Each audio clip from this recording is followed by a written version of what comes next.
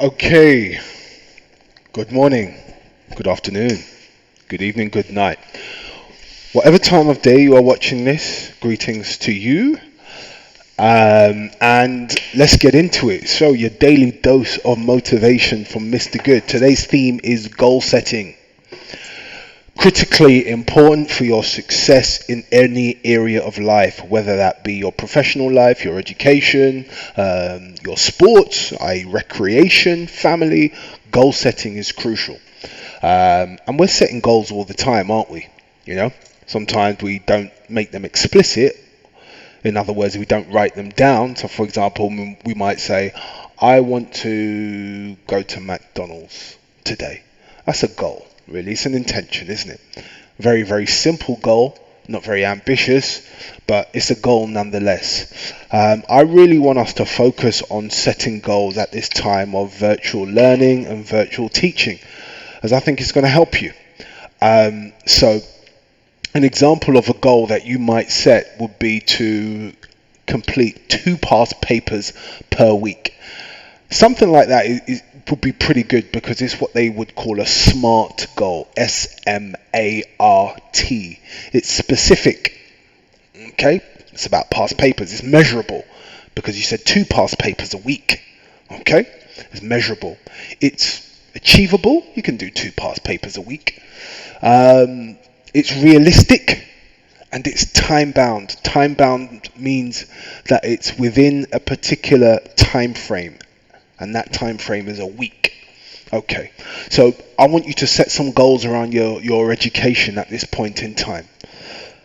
But before you set those goals, I want you to consider the following questions, and it might be a good idea to write these questions down. So, for example, the first one is, what is it that you want to achieve? Yeah, so think about it. Is it a better grade?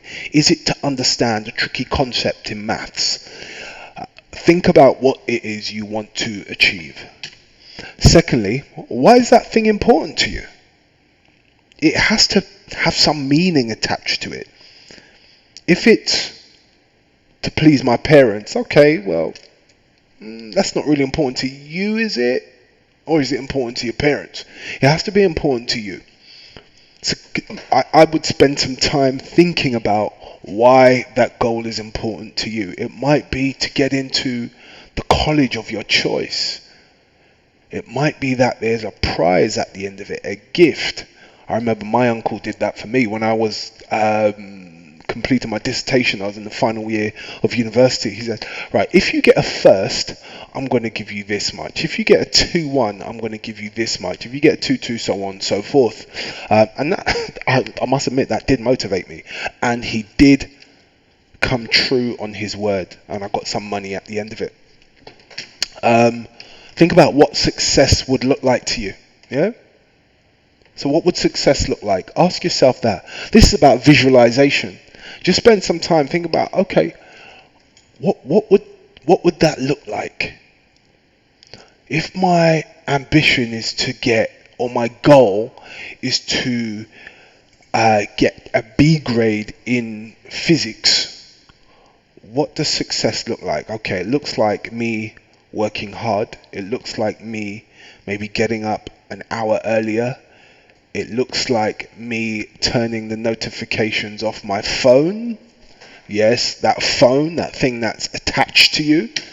What do you have to stop doing? People often think about what they need to start doing, which is why we often have to-do lists. I think it's equally important to have a stop-doing list. In order to achieve your goal, there are certain things that you're going to have to stop doing. And one of them I mentioned earlier might be turning off the notifications. In fact, it might be just deleting some apps. I've got a very, very good friend of mine who recently achieved a first-class degree. The first is, the highest award that you can get. And I was chatting with him about how he managed to achieve that. And he said one of the things he did was delete all forms of social media. And he's a guy who he likes his social media, and he did post regularly. But for that time being, when he had to knuckle down, he deleted all of those apps because it wasn't conducive to him getting a first. That had no bearing on his goals. And I thought that was really, really disciplined of him. Finally, this is what my coach always does with me. I shouldn't say always, but regularly does with me. When we're setting goals in our sessions, at the end of it, sometimes he'll ask me, on a scale of 1 to 10, how committed are you to achieving that goal? And I think it's such a simple but effective question to ask yourself. Obviously, 10 being the highest, you're extremely committed. 1, you're not really in it. Once you've settled on a number, think about why. So if you're 5, okay, maybe that goal's not that important to you. If it's a 10, maybe you're enthusiastic. This is something you want to run with. So that's the final question. So maybe pause this video right now. Go away and set your goal that you want to achieve. Consider these questions as you're setting them. Really, it's not going to take you long. Maybe spend 10 minutes doing this, 15 minutes, not long at all. Okay? I wish you all the best in your goal setting, and now let's crack on to the content of this lesson. So we're focusing on claims, evidence, and warrants.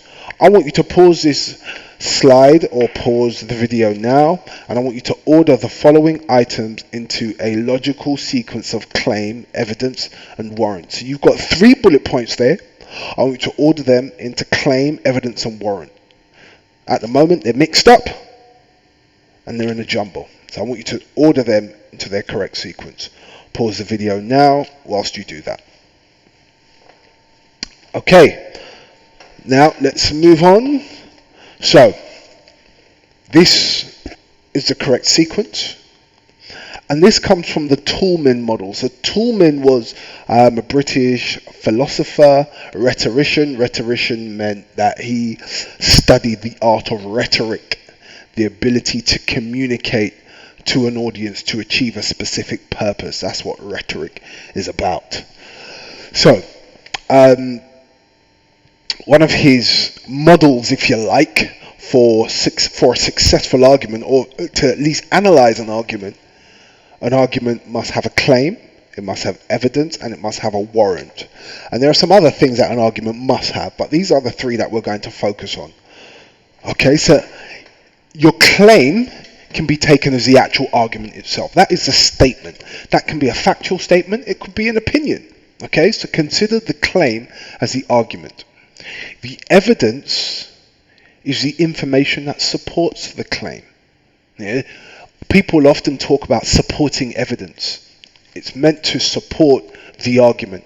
The warrant, this might be a new term to you. So you might want to maybe rewind the video a couple of times, make some notes on this explanation, because this is a familiar term. Sorry, this might be an unfamiliar term to you.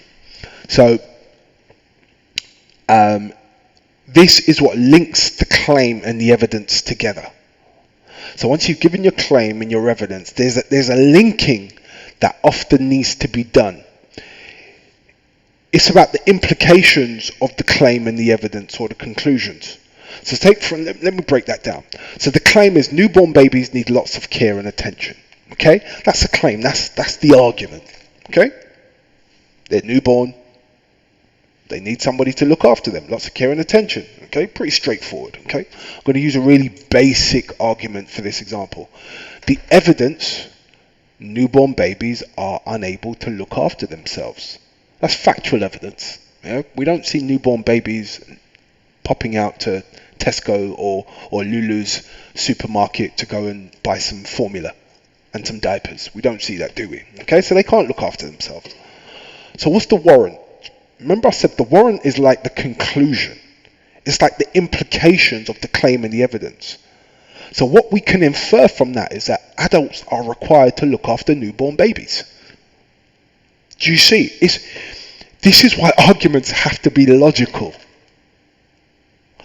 And you might be familiar with the term a logical fallacy. Sometimes you get illogical fallacies as well, or illogical arguments that just don't make sense. So I would practice just doing this. Claim, evidence, warrant. Claim, evidence, warrant. You might want to go and just do 10 of those. Okay? really get this under your belt. Hopefully you understand that now. Okay, our success criteria for this session: I want you to be able to generate a claim. Everybody must be able to generate an argument. If you're studying general paper and you cannot generate an argument at this stage, something is going wrong and I need you to fix that urgently. But if you're watching this, I don't believe that applies to you. Okay, I want you to be able to generate evidence. That is crucial. And the quality of your evidence is crucial as well. In the tens, maybe hundreds of general paper exams that I've marked, sometimes this is where arguments fall down, the evidence. The evidence is often weak. It's conjecture. Conjecture means it's kind of like guessing. The people who often supply the best evidence, I find, are the ones who read the most, or the ones who are engaging with public discourse. And when I say public discourse, what's going on in politics, what's going on in society, because they're able to draw on real life things that have happened. So this is why I always encourage you to read widely, watch the news, the BBC, Al Jazeera, various news channels, to really broaden your knowledge base. Finally, I want us to be able to generate a warrant. I think this is where many people might struggle to begin with. It will get easier, but I think people might struggle to begin with. But hopefully you will get it down. And in fact, maybe that's one of your goals that you're going to set. Okay, let's move on. So, a warrant is the connection between the evidence and claim.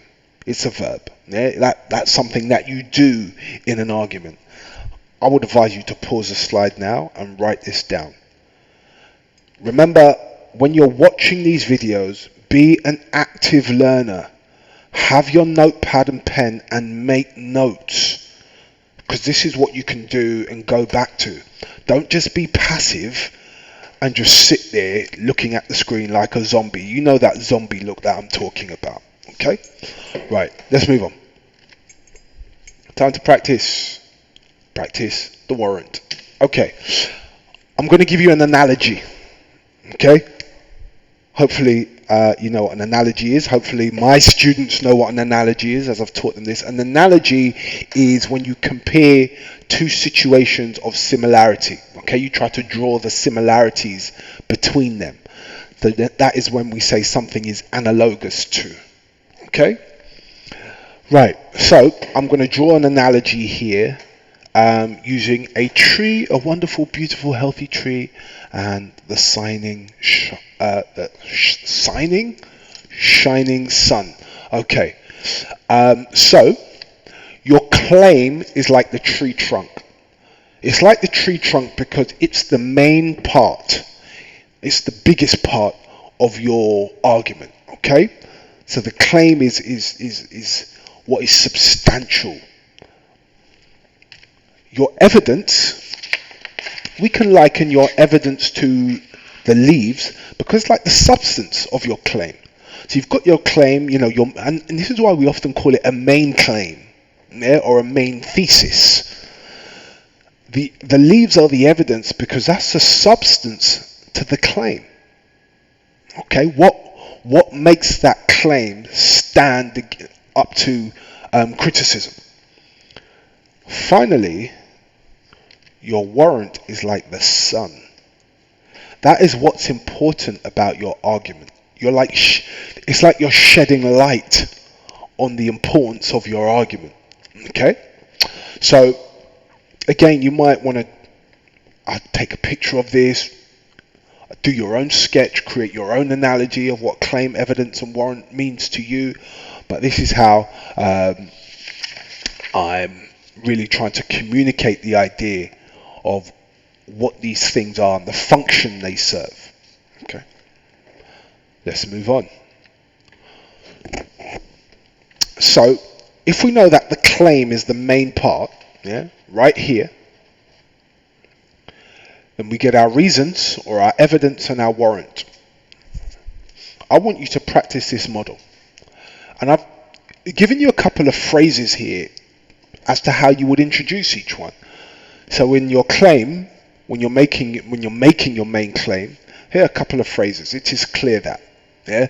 So it might be, it is clear that President Trump is going to be re-elected in the next US election. Okay? That's my argument. That's my claim. Or, we already know that electric vehicles are better for the environment than petrol vehicles. These are some phrases. I advise you to memorize these phrases. Learn them by heart, by rote. Because sometimes in an exam, and especially that you're being judged on AO3, your ability to communicate using accurate written English, that's crucial. So memorize these phrases. It will help to give your writing more fluency if you are already struggling to do that. Then we move on to your reasons.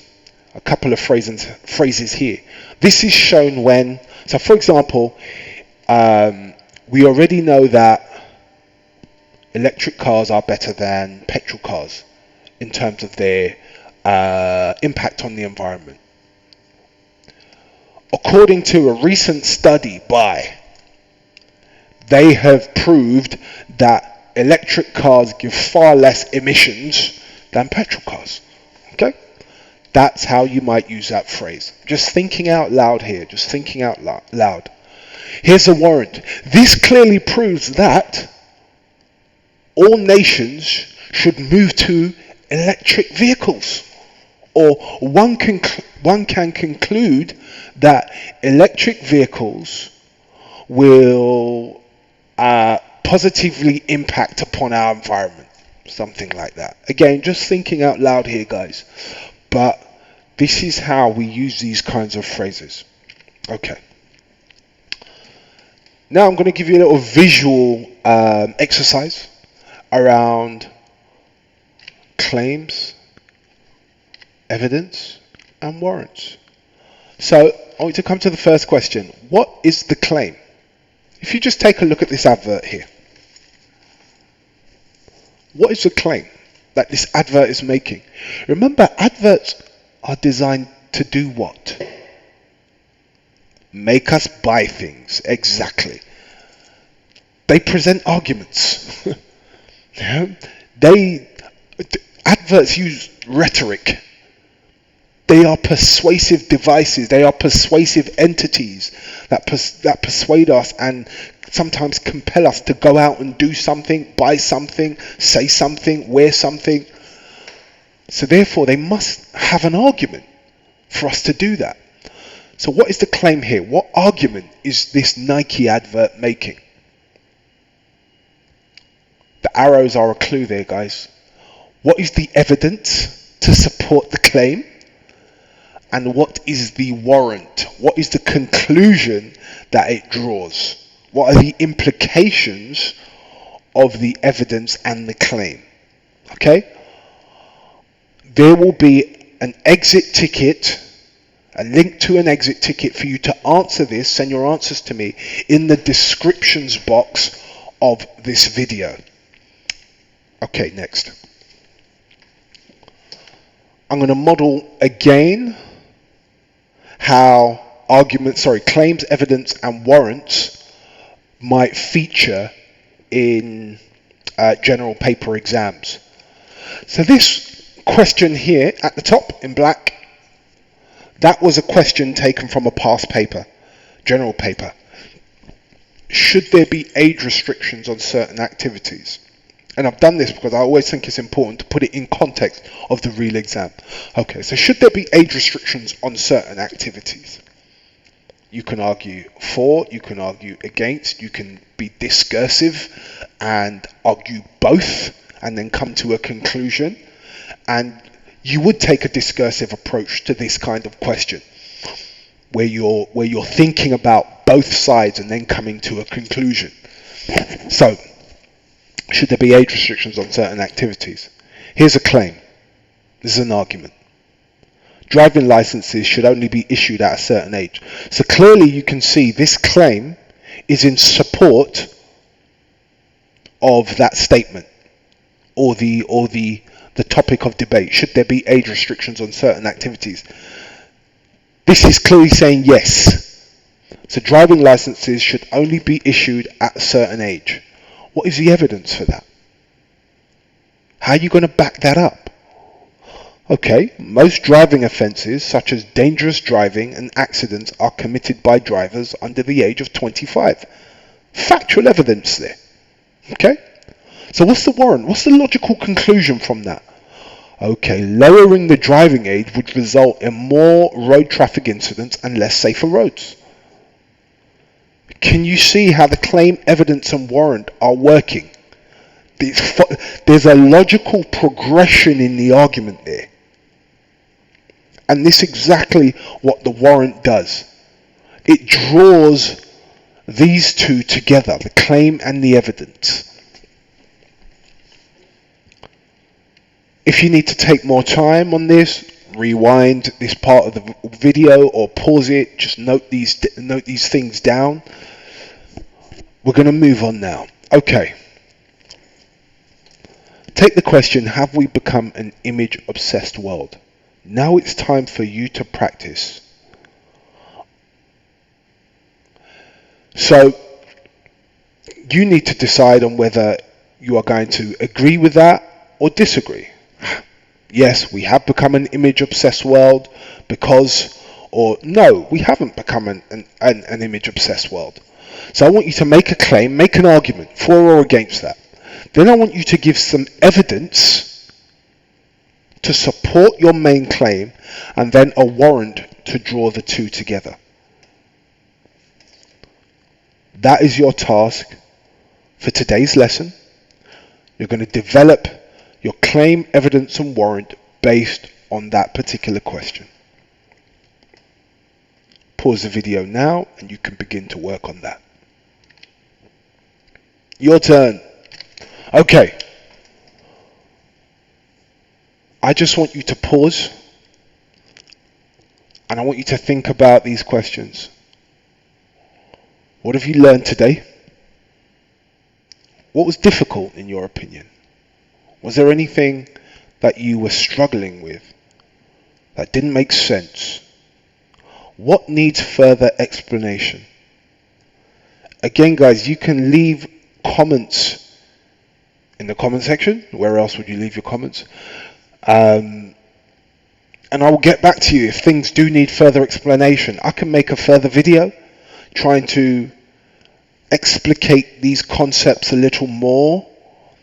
So have a think about those questions for your learning review, and best of luck with your work on this. Okay, that's it for today. Goodbye.